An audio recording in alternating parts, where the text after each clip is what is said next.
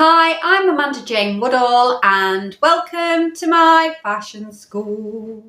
Famed for its unspoilt and surreal landscapes, Iceland rapidly became modernised in 1944, and this was due to it becoming one of the richest countries in the world following from the war. It had been under colonial rule and the people had been treated very unfairly and not allowed to participate in creative things like singing and dancing. They rebelled against this and became storytellers, and they passed on their history from generation to generation.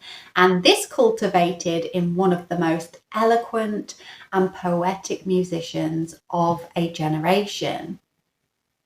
It's Bjork. Bjork Guomundsdottir was born on the 21st of November 1965 in Reykjavik, Iceland, and singing came very naturally to Bjork, and she spent all her time in nature, and this shaped her unique tone of voice, which depicted the shrieks and the whispers of the blizzards and wintry conditions. And she came from a very creative family, and she learned singing and composing songs with her stepfather, who was in an Icelandic band. And so because of her giftings, she was sent to classical music school at just 5 years old, where she rebelled, favouring pop and rock and soul and jazz over the overly conservative classical style.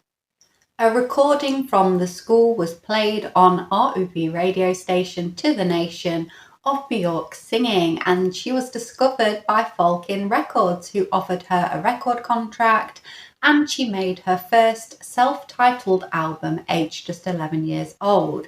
And this album was a collection of cover songs, some Icelandic pop, and just one song that Bjork had written. And it was popular. It sold 5,000 copies. But Bjork, she was disappointed because she wanted to do more of her own writing. And she didn't really like the childhood fame. It wasn't what she wanted to do music for. And so when they offered her a second album, she actually turned it down in favour of something a bit more organic. The punk movement arrived in Iceland in 1979, and it fueled a lot of new music and different art movements. And Bjork, because she had an extensive knowledge of music, she saw herself as the lead singer of bands such as Exodus and Tapi Tikaras and Kukul. And she was in the centre of the avant-garde in Iceland, and her friends were writers, composers, authors and poets. And so they formed what they called an art terrorist group called the Sugarcubes. The band had 2 hit albums in Iceland, Life's Too Good and Stick Around for Joy, but it was their single Birthday, with its brutal and childlike and surreal tones, that really caught the international attention. And this was when the single was named Melody Maker Single of the Week in 1987, and this led to the band being signed by Elektra Records of the US, and they toured with U2. They were featured on Saturday Night Live and Top of the Pops music television. But the band, they weren't very happy with the music industry itself, and they felt that they wanted to spend more time on intellectual pursuits. And Bjork, she felt that the band had been really challenging to her and mentally stimulating, but musically she was looking for something fresh outside of Iceland. So the band decided to split up before the industry could ruin their friendships.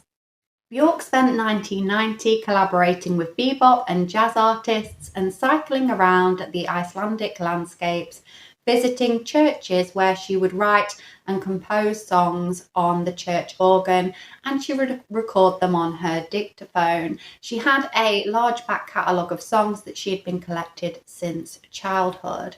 And the thing is, she was very interested in the emergence of electronic pop, and she felt very isolated in Iceland because it wasn't something that was very popular. So she sought band 808 State, who were part of the Manchester music scene, and they recorded together in 1991 for their album Excel, and she sang on a track called Oops. And then she sent this catalogue of songs from her childhood to Graham Massey, who really could connect with this idea of this folk style being turned into something electronic. At 27, Bjork moved to London to be with her new collaborators, and it was a really difficult time for Bjork because she had to uproot her son and leave her family, and she was a really family orientated person, so it was a hardship for Bjork. But she wanted to be in London because it was well known for being a cultural melting pot of people and ideas, and she went round the record stores and joined the club scene, and she met artists worldwide to record on her album.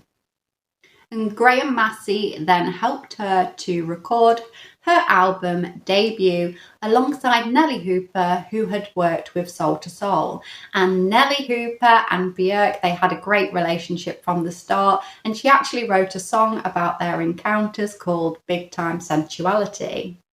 In 1993, the debut album launched and it sold 600,000 copies in just 3 months. And she released singles, Venus as a Boy, Human Behaviour, Play Dead, Violently Happy, and Big Time Sensuality.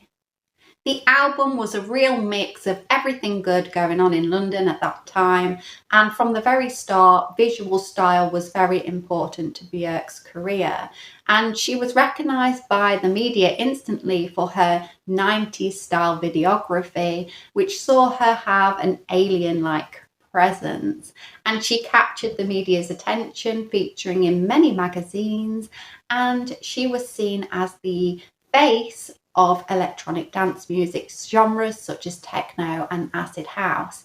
And the debut album actually won NME's Album of the Year award, and Bjork was awarded Best Newcomer and Best Female International Solo Artist at the Brit Awards.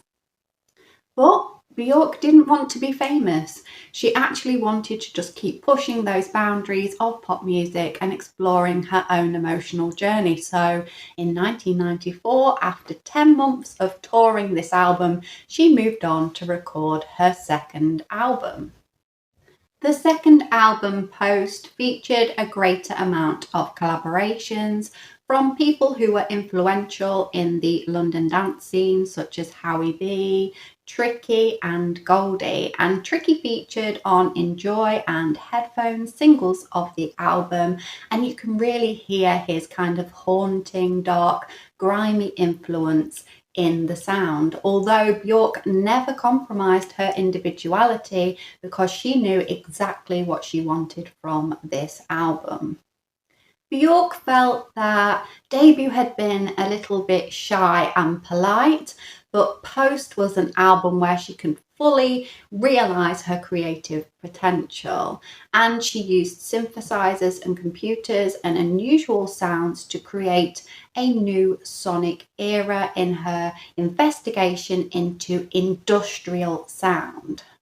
And Post was a worldwide hit, and it went to number 2 in the UK charts, as well as the single It's Oh So Quiet, which was a big band smasher, showing Bjork's versatility in the mainstream pop world. And Bjork's fashion evolved as her albums did. It started off with kind of like a childlike dressing up style feel, kind of crafty but charming, and it evolved into something high fashion, and she created a very complex world of characters. So in her debut album, you can see the very shy, introverted young girl who's kind of excited about what's to come. But by debut, you can see the girl is wide-eyed and she's in the middle of the city just consuming everything London has to offer her.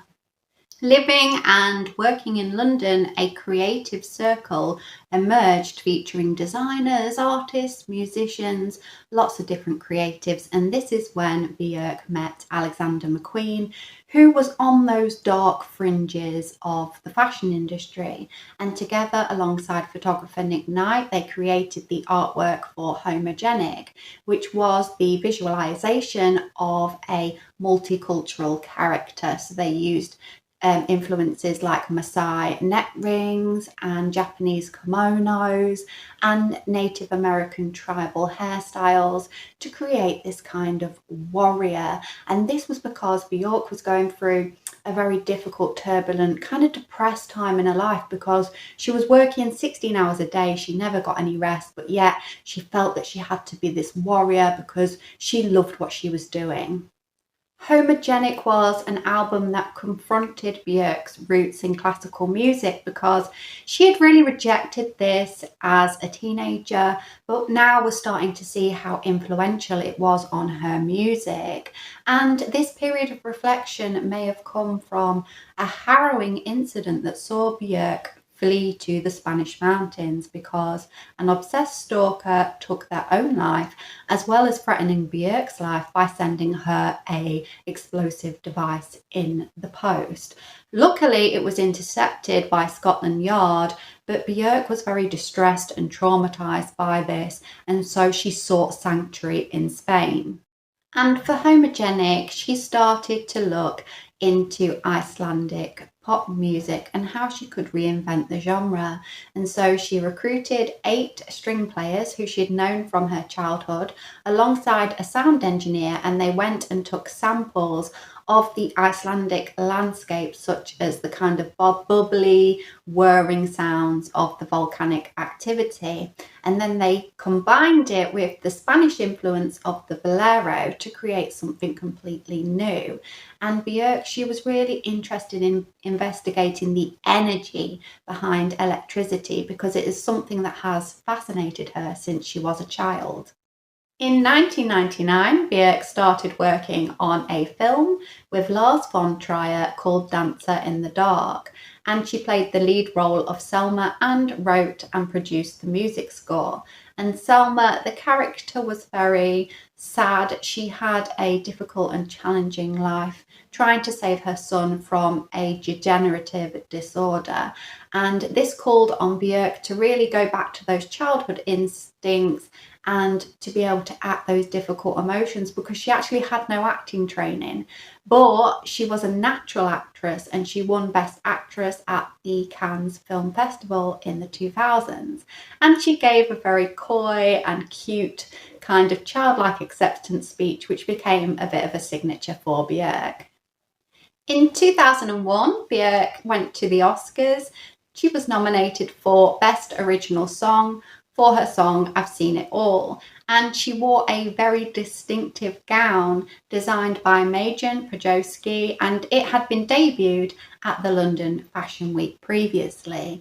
And it was a mesh bodysuit with diamantes, but then a tulle swan-like dress, and the neck of the swan kind of entwined with the neck of the wearer.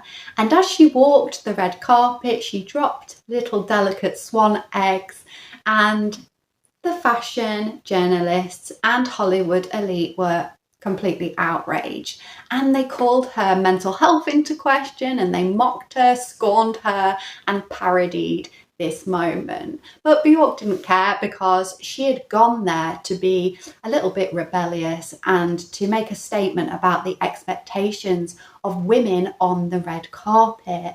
And so this has become a very iconic fashion moment, and it's been featured in exhibitions at the Museum of Modern Art and at the Met Gala Notes on Camp in modern day. During the late 90s, Björk had been collected what she named as micro sounds. So these were like little sweet percussive sounds to use on her new album Vespertine, and she wanted to find the virtuosos of sound, so she recruited Matt Moss to help her to produce the album.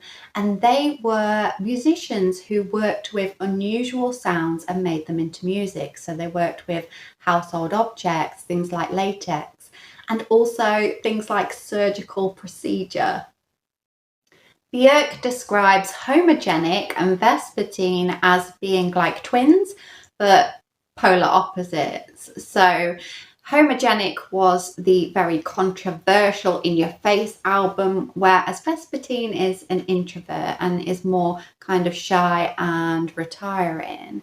And she toured this album with a choir of Inuit women, and they even got to perform it at the Royal Opera House. And Bjork did not cease in creating beautiful artworks out of her music, and she is so influential for the albums that she has made, and they're so kind of intricate, complicated and beautiful that each one really deserves an analysis video of its own. Medulla explored the themes of the vocal sounds that we create, such as beatboxing and throat singing.